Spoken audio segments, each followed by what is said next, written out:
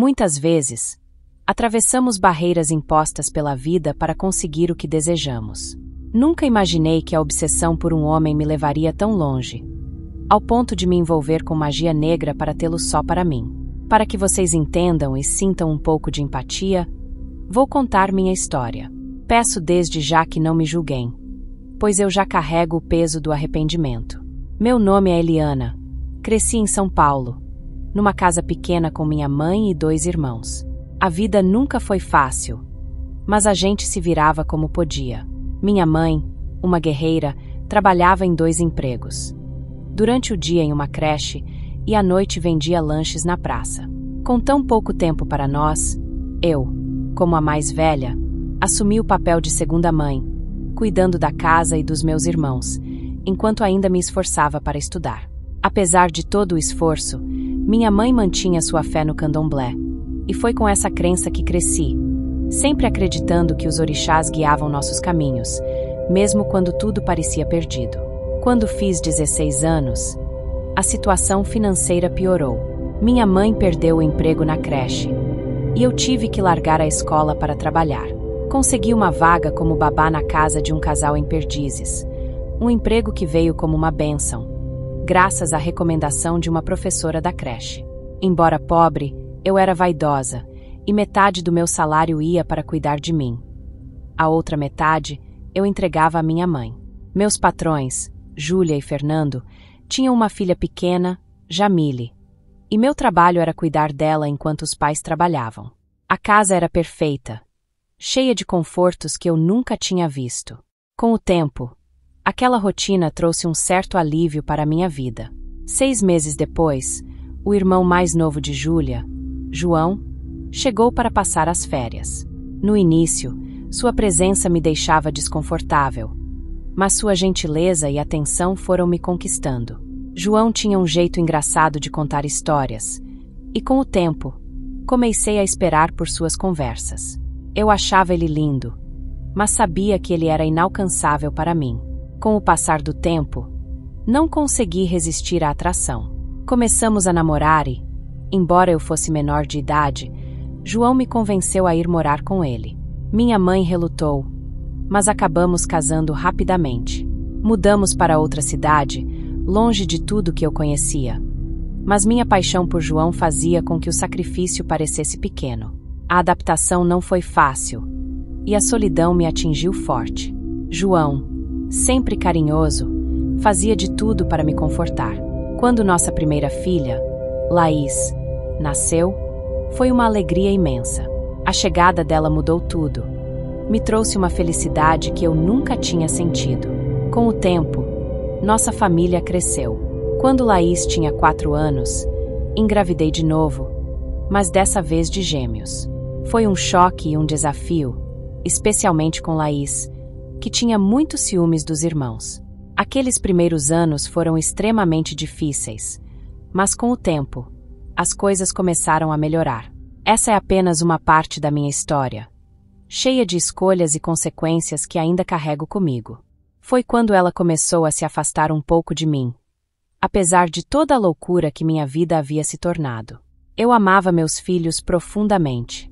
Nesse período, o pai do João faleceu, deixando como herança um depósito de bebidas. João pensou muito em vender, pois não conseguia assumir a responsabilidade devido ao seu emprego como servidor público. Mas, depois de muitas conversas, o convenci a me deixar responsável pelo depósito. Júlia, a irmã de João, nos apoiou e disse que, mesmo que pensássemos em vender, abriria mão de sua parte, pois já estava bem de vida. Os meninos já tinham 8 anos e dependiam de mim. Além disso, a jovem que me ajudava a cuidar deles poderia assumir essa função. Sabíamos que isso mudaria muito nossas vidas. As coisas ficaram mais corridas, mas, ao mesmo tempo, o depósito nos trouxe a estabilidade que tanto precisávamos. Aos poucos, as coisas começaram a se ajeitar, mesmo que a rotina fosse exaustiva. Decidimos ampliar o negócio e construímos um bar ao lado do depósito. Eu voltei a cuidar de mim, pois a vida com as crianças tinha me deixado desleixada, e minha vaidade havia sido deixada de lado. Mas ela retornou com força, e eu investi tudo o que pude em mim. Não falo de cirurgias plásticas, mas de academia, cabeleireiro, roupas. Essa última se tornou um vício, e enfrentei uma compulsão terrível. Toda roupa linda que eu via, eu queria comprar, mesmo que fosse para deixá-la de lado. Mas eu queria ter. Para administrar o bar, sugeri a Josué, um dos meus irmãos, que abandonasse a vida na cidade grande, como eu havia feito, já que ele estava desempregado.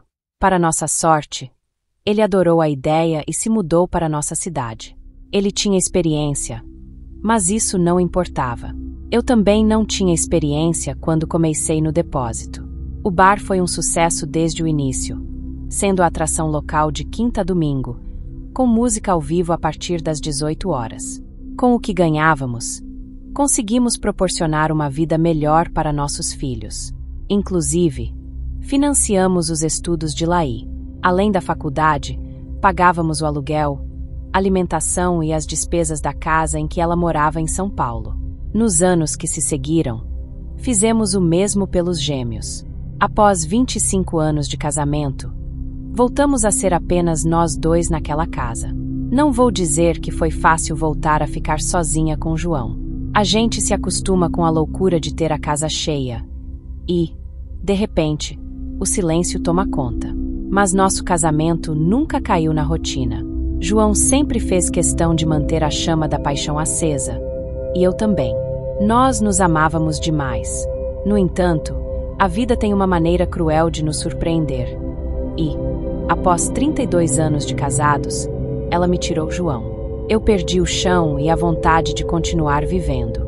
Depois disso, foi como se o mundo desabasse sobre mim, deixando-me ali, sozinha, sem saber para onde ir. João era um homem saudável, e sua morte ficou sem explicação. De repente, ele teve um mal súbito e se foi. Não deu tempo nem de me despedir, pois ele estava no trabalho quando tudo aconteceu. Depois de tantos anos juntos, era difícil imaginar a vida sem ele. Sem controle, comecei a sentir um vazio enorme dentro de mim. No início, achei que fosse apenas a tristeza normal do luto. Mas, a cada dia, aquele buraco no meu peito só aumentava. Fui me fechando, perdendo o interesse por tudo.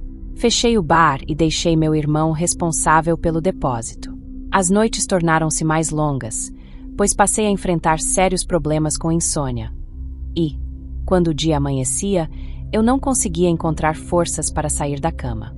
Acho que o pior de tudo era que eu não conseguia chorar, mas o aperto no peito era constante.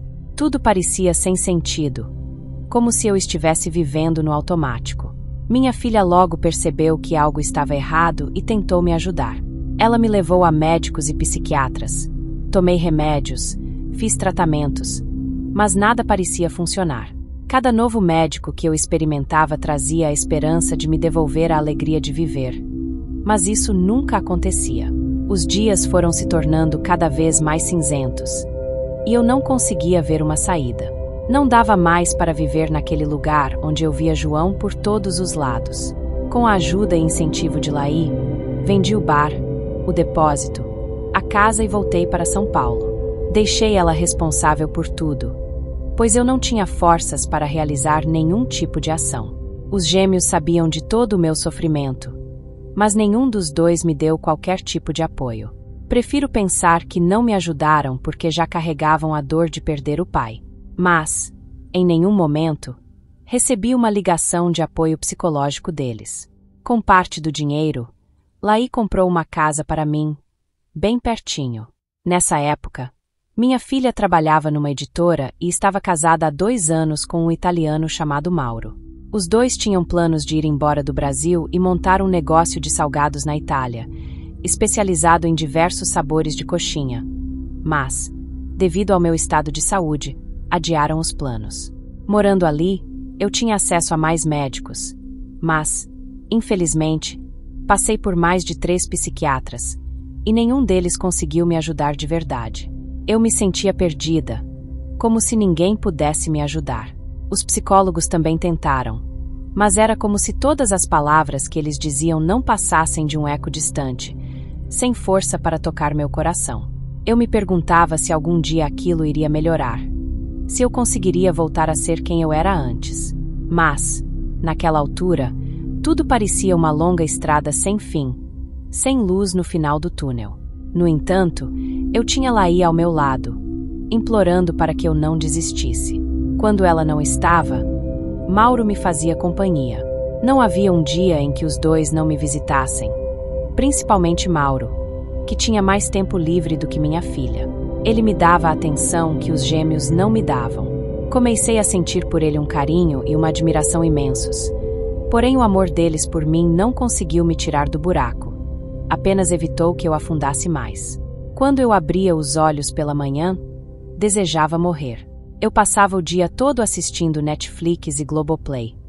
Mas nada conseguia me fazer expressar alguma reação. Para vocês terem ideia, eu não tomava banho. Passei meses sem tomar banho. Minha filha dizia que eu estava fedendo muito. Mas eu não me importava. Eu vivia esperando pela morte. Comecei a pedir aos meus orixás que me levassem deste mundo. Eu estava num estado vegetativo consciente. Eu ia da cama para o sofá, onde passava o dia todo morta por dentro. Resumindo, passei os 3 piores anos da minha vida.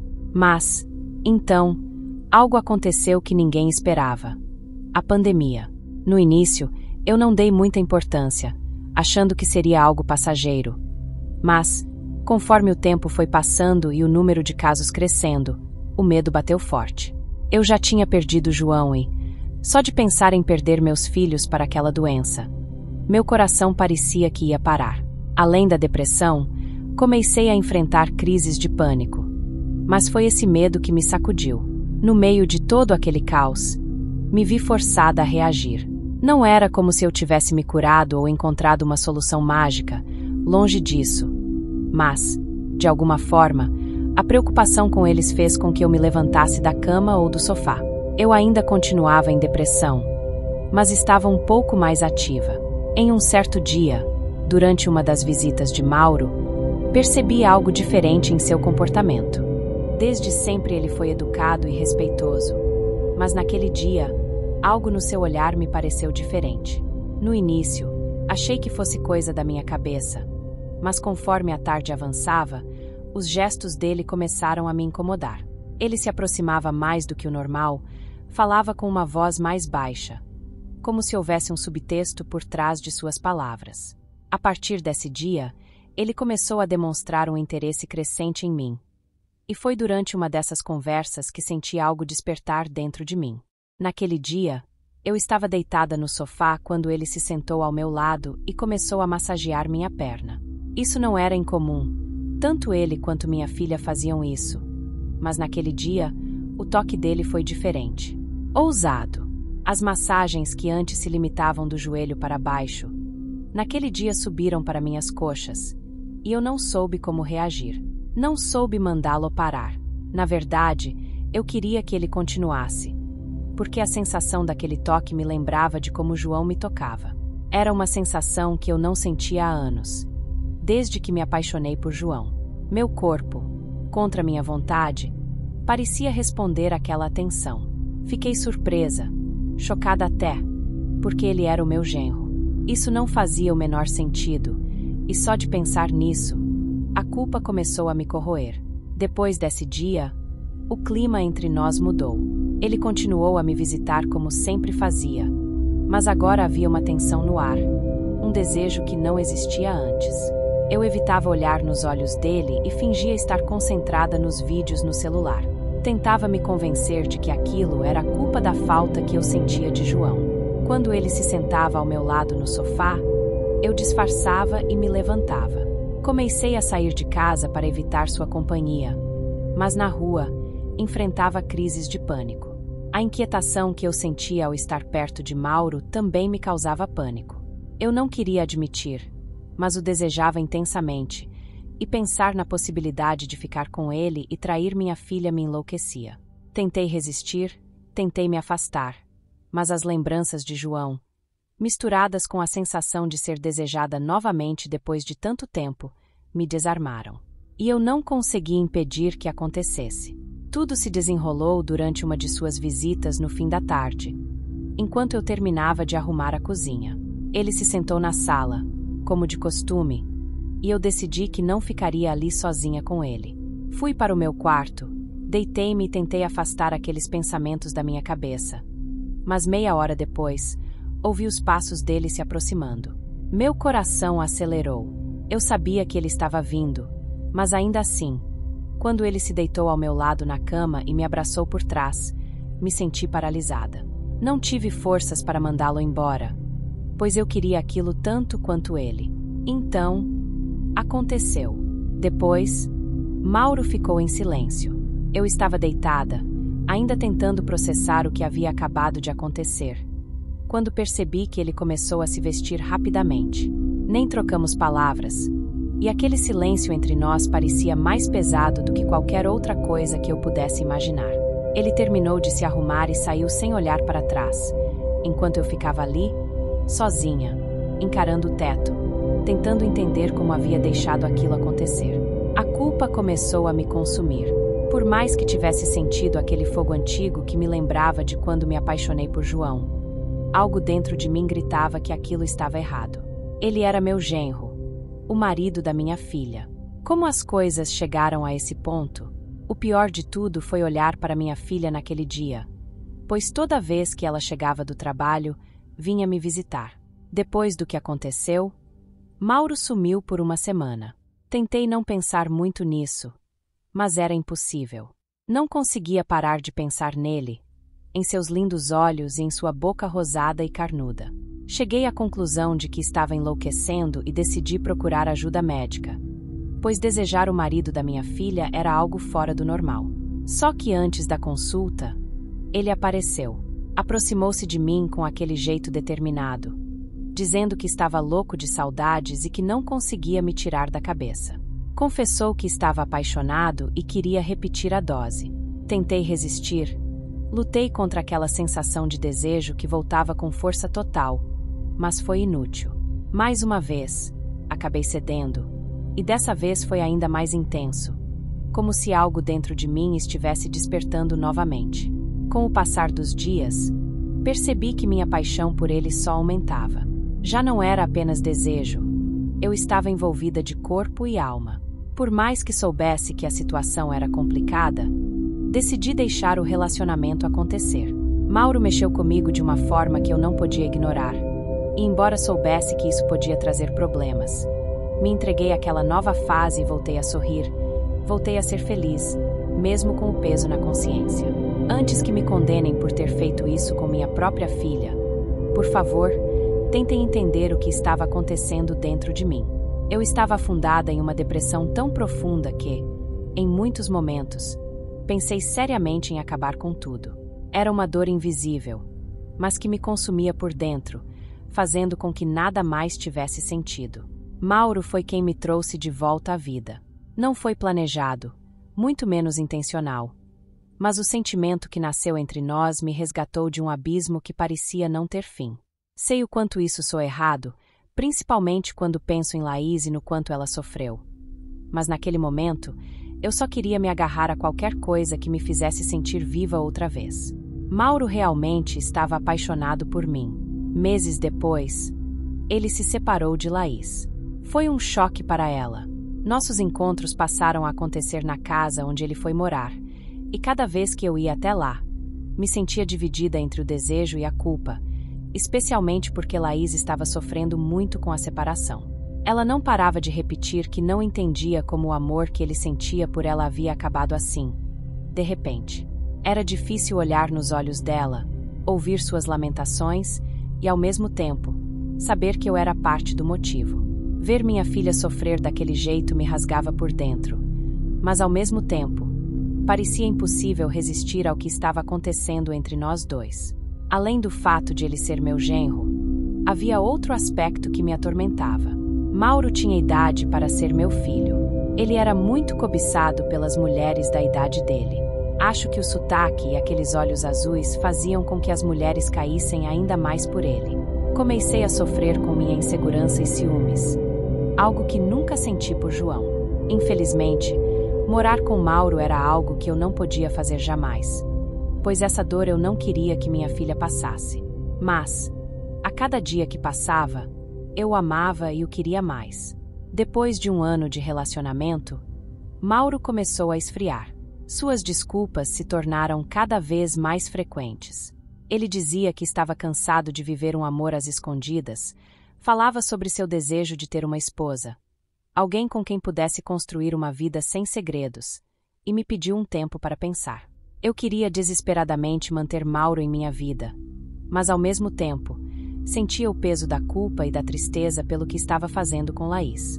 A situação tornou-se insustentável, um dilema que me deixava à beira do desespero, dividida entre o amor que me fazia sentir viva e a dor de magoar minha própria filha. Quando percebi que podia perdê-lo a qualquer momento, fui atrás dele. Porém, ele estava decidido a dar um tempo, e manteve essa posição firme. Enquanto conversávamos, notei que seu telefone não parava de tocar e chegar mensagens, algo que não acontecia antes, já que ele era uma pessoa com poucos amigos e raramente mantinha contato com seus familiares. Em certo momento, ele não resistiu e se afastou para atender. Naquele instante, tive certeza de que estava perdendo ele, e a culpa era grande, pois sempre deixei claro que seria impossível um futuro entre nós. Quando ele voltou, perguntei quem estava ligando, mas ele disse que era algo relacionado ao trabalho. Não sei se mencionei antes, mas ele tinha um quiosque de salgados numa faculdade. Não acreditei, mas deixei passar. Naquele dia, fizemos amor, mas, ao final, ele continuou com a mesma ideia. Prometi que seríamos um casal, mas ele foi frio e direto, dizendo que não sabia mais se queria isso. Saí de lá atordoada. Eu não queria e não podia perdê-lo. O destino já havia levado meu grande amor. Eu não iria perder minha paixão. Precisava agir antes de perder-lo de vez. Tinha que encontrar uma solução para mantê-lo ao meu lado. Algo que garantisse que ele não se afastasse. Pensei em algo que nunca imaginei fazer. Uma amarração amorosa. No dia seguinte, voltei à casa da minha mãe, que já estava tão velhinha.